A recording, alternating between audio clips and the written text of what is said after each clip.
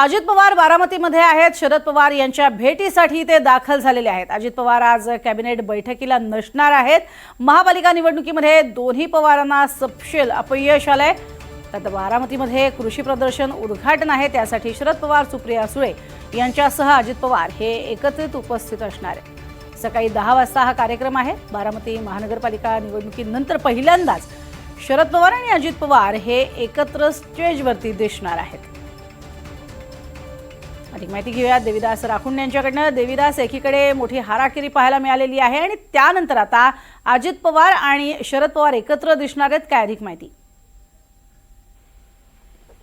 प्रज्ञा, निश्चितच आपण बघतोय की काल राज्यातील 29 महानगरपालिकांचा निकाल जो आहे तो जाहीर झालेला आहे आणि यामध्ये आपण बघतोय की दोन्ही पवारांना मतदारांनी नाकारल्याचं चित्र आपल्याला पाहायला मिळतंय। खरं तर अनेक ठिकाणी, पुणे असेल किंवा इतर ठिकाणी, हे दोन्ही पवार युतीच्या माध्यमातून, आघाडीच्या माध्यमातून ते एकत्र आले होते। दोघांनी एकत्रित निवडणूक लढवल्या होत्या, मात्र मतदारांनी नाकारल्यानंतर आज सकाळी काही वेळापूर्वीच राज्याचे उपमुख्यमंत्री अजित पवार हे बारामतीतील शरद पवार यांच्या गोविंद बागेतील निवासस्थानी दाखल झालेले आहेत। कोणताही ताफा सोबत न घेता एका खासगी इनोव्हा गाडीमधून अजित पवार हे गोविंद बागेमध्ये दाखल झाले।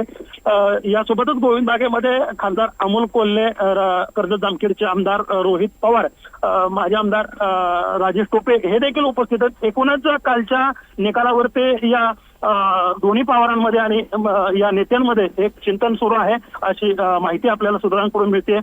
दुसरीकडे जर बघितलं तर राज्याचे राज्यपाल आचार्य देवव्रत आज बारामतीच्या दौऱ्यावरती आहेत।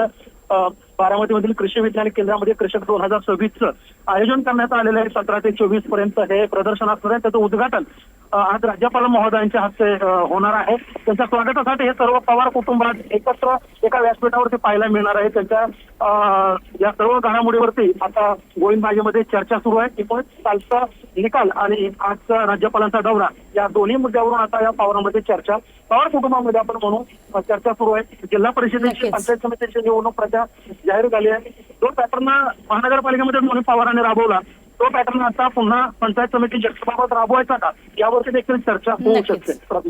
तुर्तास धन्यवाद देवा या संपूर्ण माहितीसाठी।